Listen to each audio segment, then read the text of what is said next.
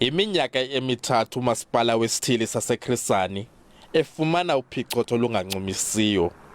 Zizigidi zemali ezingaziwayo kuba zaphelela phi. Kukho ii-contracts ezisuka ngo-2002 uzokufikelela ngo-2021. Ii-contracts ezo ziphikisanayo nomthetho olawula indlela yokusetyenziswa kwemali. Ixesha nexesha ke singumasipala sibhatala ezo service providers zineza contracts. La mali siyibhatalayo iya kwi-irregular. Abahlali bathi oku kuchaphazela ukuhanjiswa kweenkonzo.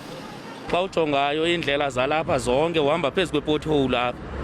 Xa ujongayo kwii-services zombane, I don't know uba kwenzeka ntoni ke ngawo, noba ubhayipasiwe, noba kwenzeka ntoni, I don't know umasipala walapha noba uzayenza njani imali. Iingcali zikholelwa ukuba uphicothoo olungancumisiyo lwenzeka ukuba abo basemagunyeni bengathwaliswa uxanduva. We have councillors who are not doing their jobs properly. We have municipal managers and senior staff across many municipalities who fail to maintain adequate checks and balances. Kukho abenze izinto zobugulukudu. Singusalga sithi.